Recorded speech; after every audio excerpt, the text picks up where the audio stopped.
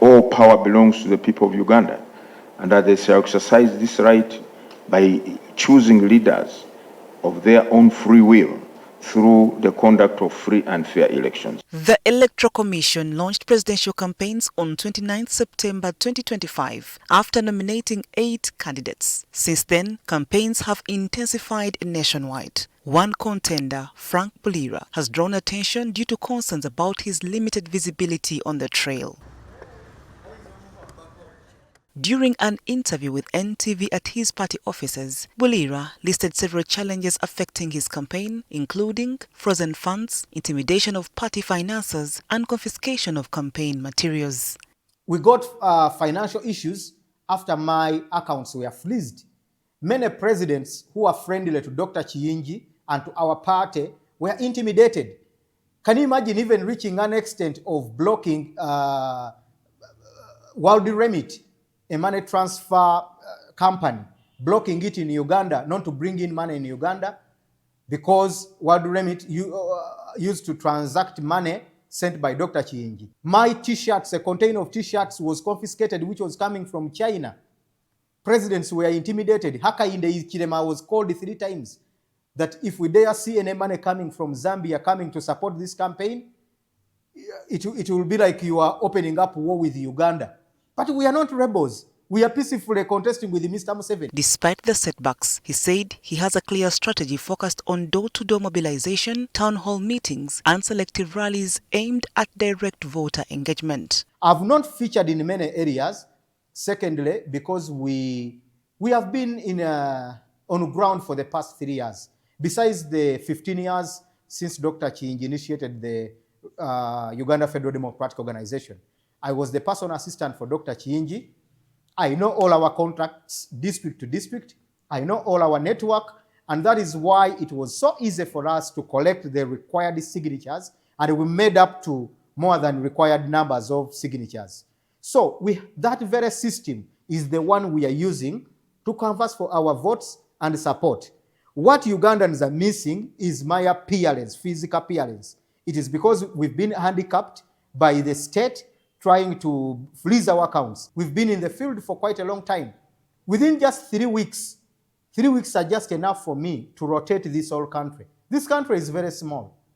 Leave alone people who are just on showbiz for accountability or to look for money. Some voters questioned his voting, but Bulira outlined his political journey, beginning in the Uganda Young Democrats as a spokesperson, later serving with the Democratic Party, and also undergoing mentorship of the late Dr. Aggrey Kiyingi, as well as working with the Uganda Federal Democratic Organization, which has since merged with the Revolutionary People's Party. I was one of the founders and founding leaders of the Uganda Young Democrats in Chambogo and Makerere University. I was part of the second generation of UID that took over from the first leadership of the Dr. Lulumes. I was the spokesperson of Uganda Young Democrats, and late after joined up Dr. Aggrey Kiyingi as his personal assistant in the Uganda Federal Democratic Organization. Speaking on his presidential bid, Bulira said he's driven by a desire for structural and governance reforms. He urges that a federal system would empower regions, strengthen accountability, and decentralize decision-making. I came to take on the legacy of Dr. Kiyingi.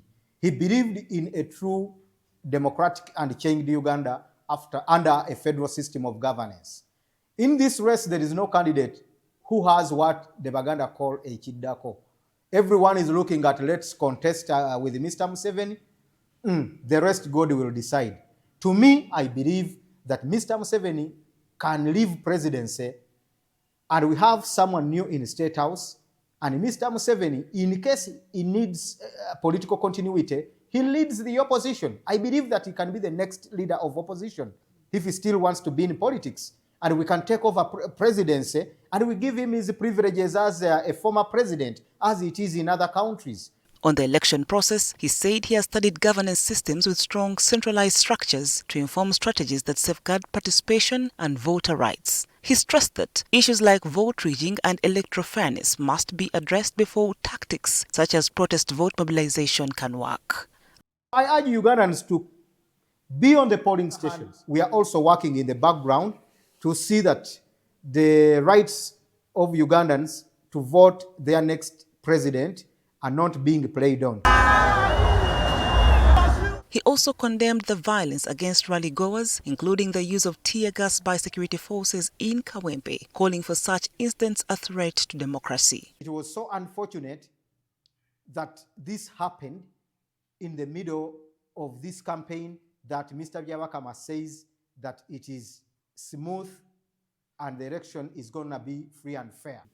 We are going to have rallies and town hall meetings, but we as a party, basing on the previous conduct of my boss, we know how to deal with the security, which is indisciplined.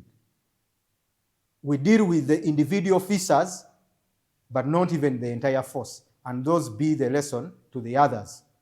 So I don't expect any security agents to play around with my rallies. He reiterated that his vision for Uganda is rooted in structural reforms, prioritizing decentralization, regional autonomy and accountability with the aim of empowering communities rather than centralizing power. Our manifesto is rotating around first and foremost in the first 100 days to bring on board Parliament and see that we declare Uganda as a new federal democratic republic under the Revolutionary People's Party, but to change and become the Federal Democratic Republic of Uganda. And we move on the federal arrangement. As Uganda moves towards the 2026 general election, attention now turns to the Electoral Commission to ensure a free, fair and transparent process. Betty Mudondo, NTV Tonight.